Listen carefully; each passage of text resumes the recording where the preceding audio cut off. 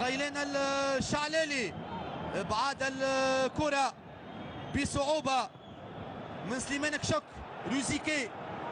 روزيكي التوزيعة ثم غازي عيادي وايمن بن محمد، والكرة توصل صابر خليفة وصابر خليفة والهدف للافريقي عن طريق صابر خليفة، قائد الافريقي في اول دربي في سجله، في بالطبع اول هدف في سجله صابر خليفة بزي الافريقي، يسجل اول هدف في سجله في لقاء الترجي والافريقي مع تقمصه لزي الفريقين.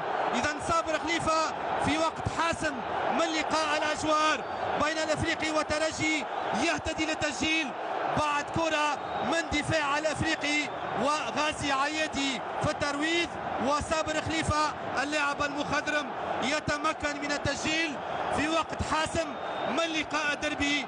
وتزامن مع دخول أسامة دراجي، قلت مباراة تنبأ بالتسجيل بأحداث الفارق باهتزاز الشباك، والقائد صابر خليفة يتمكن من التسجيل، ومن اللاعبين اللي لعبوا بزي الفريقين بكرة حاسمة بكرة دقيقة يتمكن من أحداث الفارق صابر خليفة لصالح النادي الأفريقي. هدف مقابل 0، مباراة أوفت بوعودها من ناحية تشويق، من ناحية أيضا اندفاع من جانب لاعبي الفريقين.